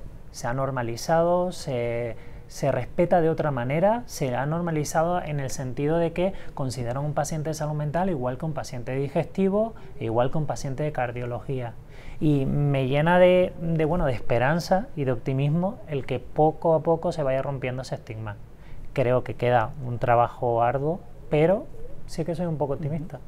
Y también lo que demuestra es que realmente la formación y el conocimiento son fundamentales, porque estamos hablando de profesionales que aprenden técnicas y que conocen cada vez más a un paciente dentro de su patología, y el que ese estigma hacia el paciente psiquiátrico haya disminuido no viene por ciencia infusa, viene porque ha querido conocer, porque ha estado en contacto, porque se ha dejado formar por otros profesionales, y mejora, por supuesto, la atención al paciente, no solamente en las urgencias, sino en cualquier otra situación, ¿no? A veces nos centramos demasiado en nuestro entorno sanitario y tenemos que pensar también en otros entornos. Como bien decías, los medios de comunicación tienen mucho que ver en esto, pero también otras instituciones, ¿no? A un paciente detenido se lo llevan a un hospital, ¿no? Y parece que la población se queda tranquila y está en una unidad de hospitalización detenido, no es una persona que esté ya juzgada y que tenga ya una condena, sino que solamente está detenido. Y la población piensa, pues oye, qué bien, ¿no?, que ha ocurrido esto, que se lo han llevado allí al hospital, para que esté fuera de la sociedad. Es un estigma tremendo para esa persona. No sabemos todavía si es culpable o no, pero ya lo está relacionando con la sanidad y con la patología mental. No, el Cuando binomio además patología es- mental, violencia, Claro, cuando al final claro, yo hace también. años un psiquiatra muy reputado decía, no, es que el mayor riesgo de un paciente psiquiátrico es consigo mismo. O sea, que eso, oye, pero como no es que vaya a atacar a otro, lo normal es que se suicide o se perjudique a sí mismo, ¿no? Pero sin embargo, casos que puede haber de violencia, de homicidios, y parece que es la explicación y se mezcla en un cóctel un poco peligroso, ¿no? Sí, Sí. porque el propio cine Sí. lo ha explicado así en Sí. muchos casos, ¿no? Parecía que siempre era el que cometía algún acto agresivo, ¿no? Asesinatos, etcétera, pues tenía una explicación que se realizaba a través de la enfermedad mental. Y eso, bueno, pues ocurre a veces, obviamente, pero ocurre tantas otras veces, ¿no? Que hay tanta violencia cuando no hay patología mental, pero sin embargo tendemos a ese sesgo cognitivo a poner el foco explicativo en la salud mental, ¿no? Ujú.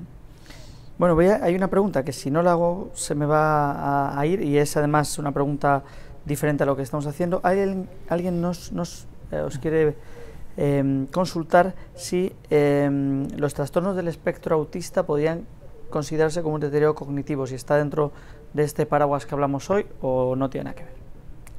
Bueno, pues, a ver, buena pregunta porque viene muy en relación y no me he querido extender mucho en la respuesta que hemos dado en lo de las alteraciones que se producen en los adolescentes hoy en día cuando no reciben toda la estimulación necesaria en una interacción interpersonal y se focalizan tanto en las pantallas, videojuegos, etcétera, ¿no?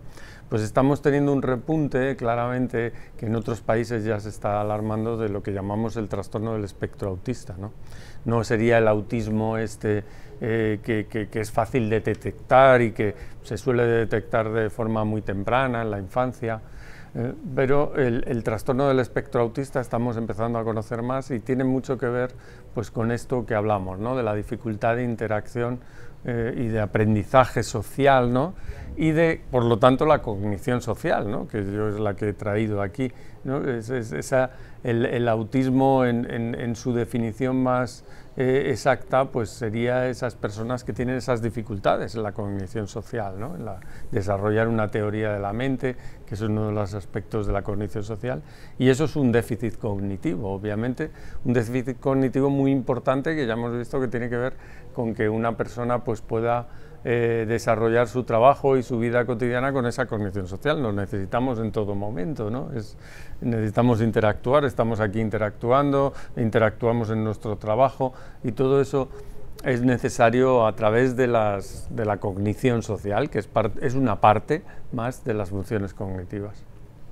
Nos entra otra pregunta de Concepción, enfermera obviamente, dice: mi duda es si una enfermedad mental grave como brotes psicóticos, bipolaridad, trastornos mentales fuertes, con delirios, a un paciente grave, dice, producido principalmente por abuso de drogas, una vez se consigue que este paciente esté en el mundo real con su medicación, la pregunta es, ¿esa enfermedad va a ser para toda la vida?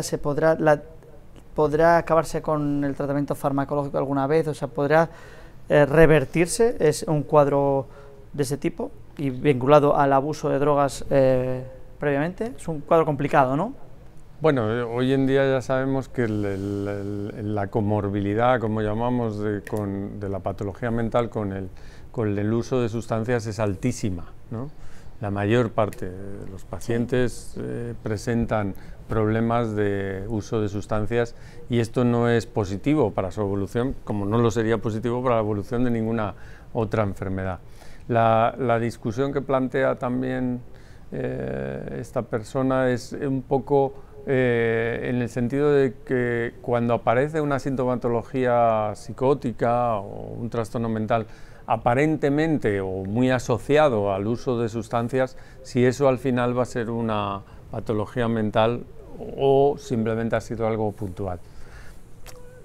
Cuando ya aparece de una forma sustancial, ¿no? Sostenida en el tiempo, ¿no? Con un episodio grave, el uso de sustancias lo que hace es actuar como desencadenante, precipitante, porque no podemos olvidar que la mayor parte de las enfermedades se producen porque hay una predisposición en el individuo y que ante determinados factores externos, ¿no?, como pueden ser las sustancias, las drogas, pues se desencadena la enfermedad.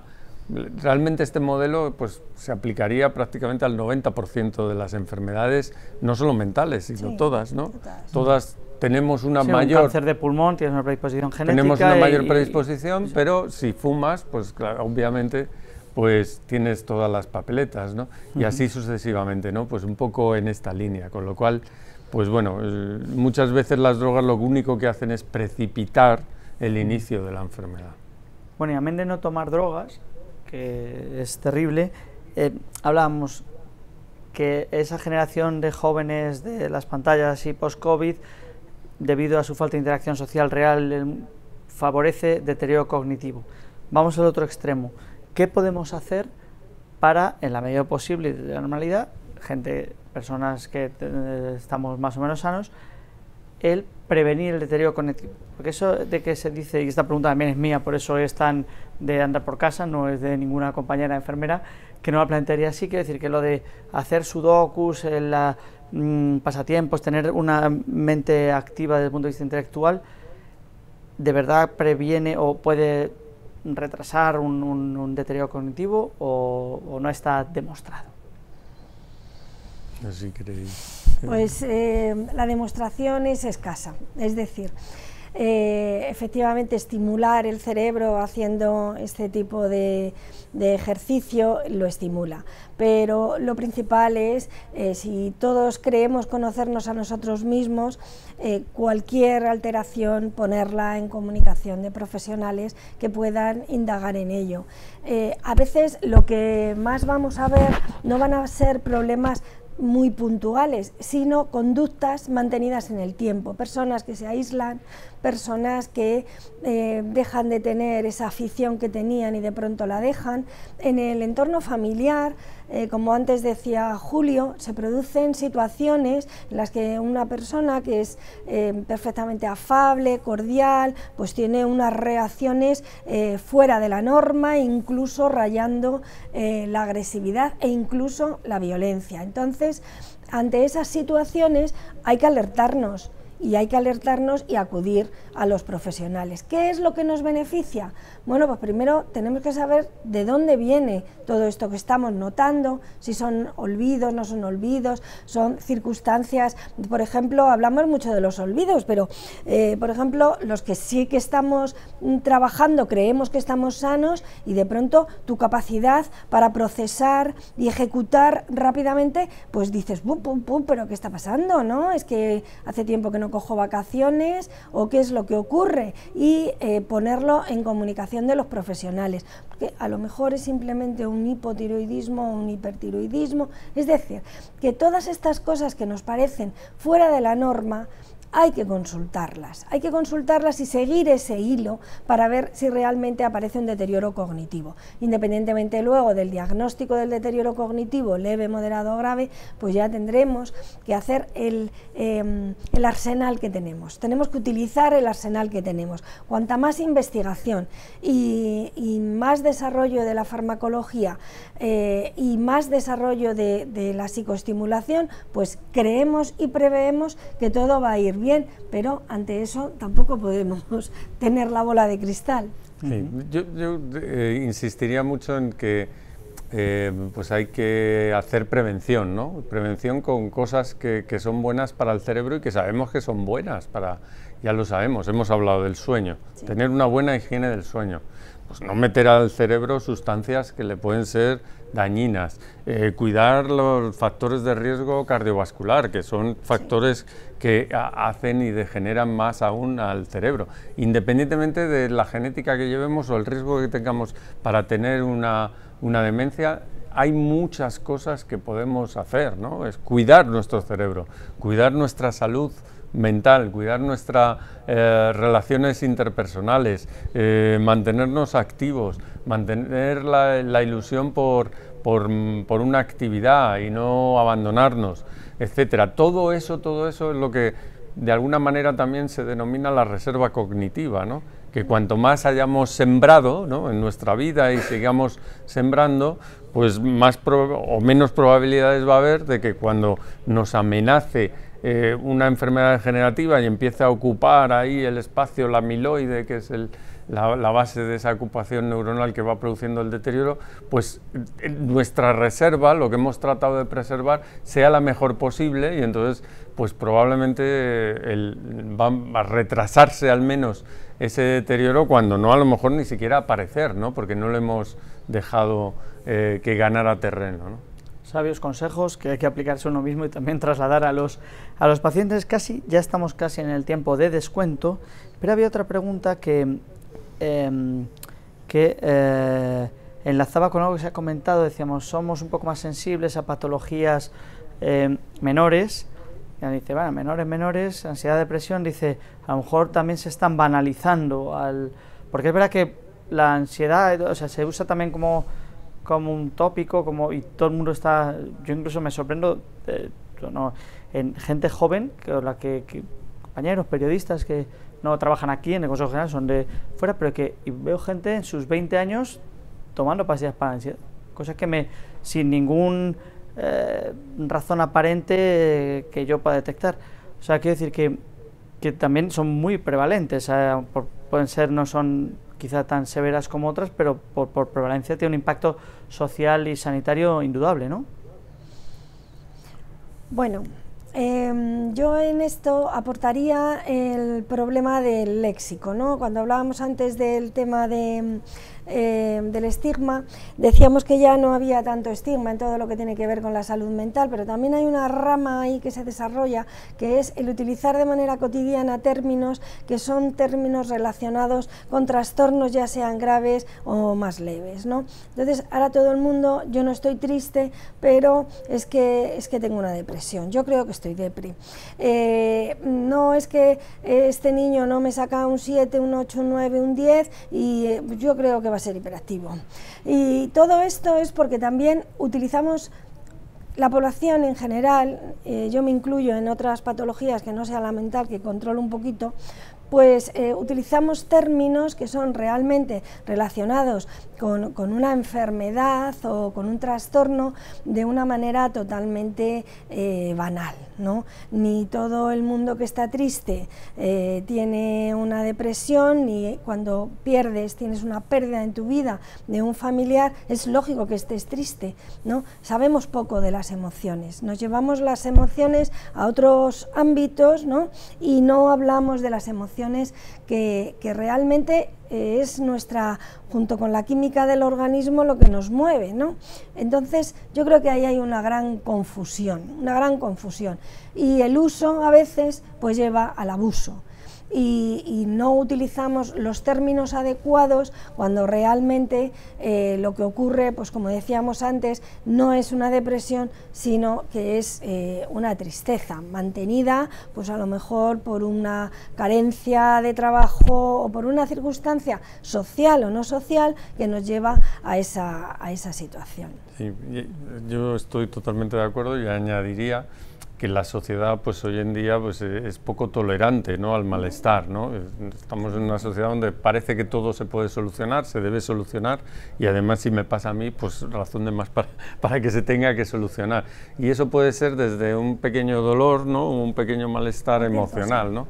Y entonces ahí entramos en el terreno de que un malestar emocional pues es normal que ocurra, es lógico, ¿no?, porque además es lo que nos permite avanzar y conocer, porque para eso están las emociones también, para aprender. Sí, nos hace ser humanos, si no seríamos robots. Seríamos robots y no aprenderíamos, ¿no?, porque las emociones, cuando detectamos que algo nos hace daño o nos afecta o nos gusta, pues eso nos ayuda a realizar ese aprendizaje, pero claro, parece que lo que nos gusta y la emoción positiva pues es mucho más placentera que la otra, obviamente, pero es que también es necesaria, ¿no?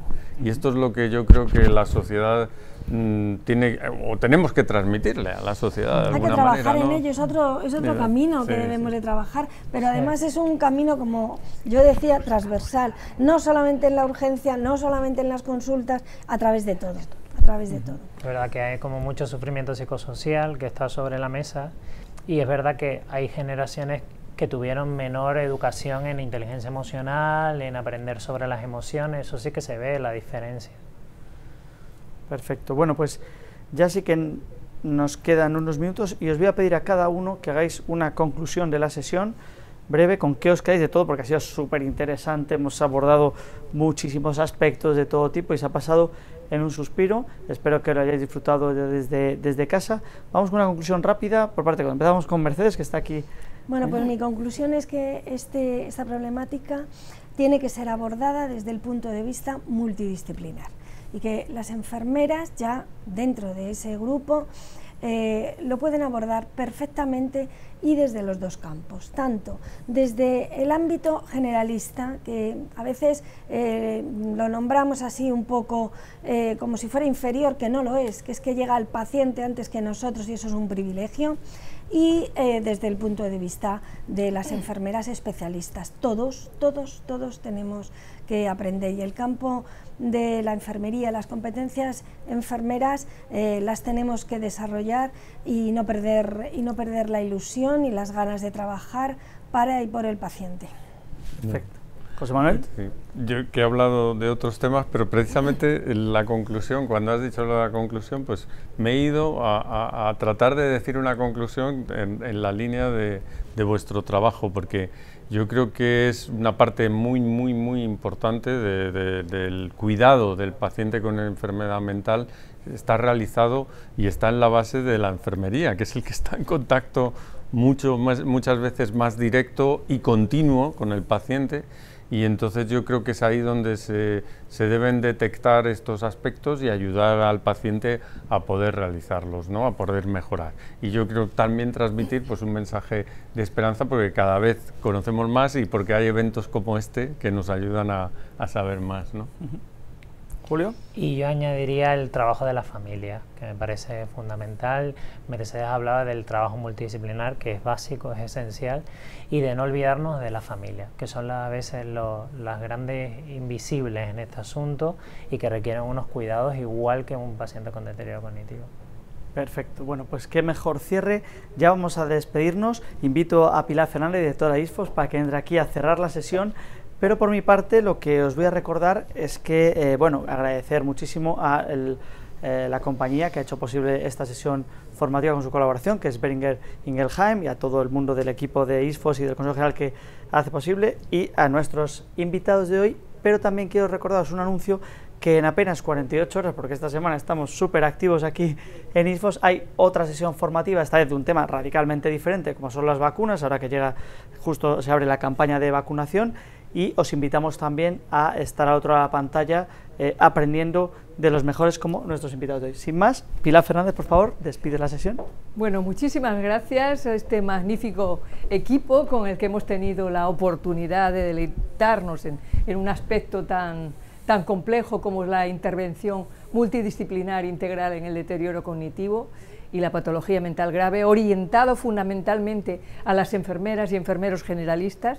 Gracias, Mercedes, gracias, José Manuel, gracias, Julio, gracias, David, a todos vosotros por este magnífico panel de ponentes que hemos tenido la oportunidad de disfrutar. De manera especial, gracias a vosotros y a Boehringer y a todos nuestros equipos, visibles y no visibles, que nos acompañan y que han hecho posible que hoy estemos aquí.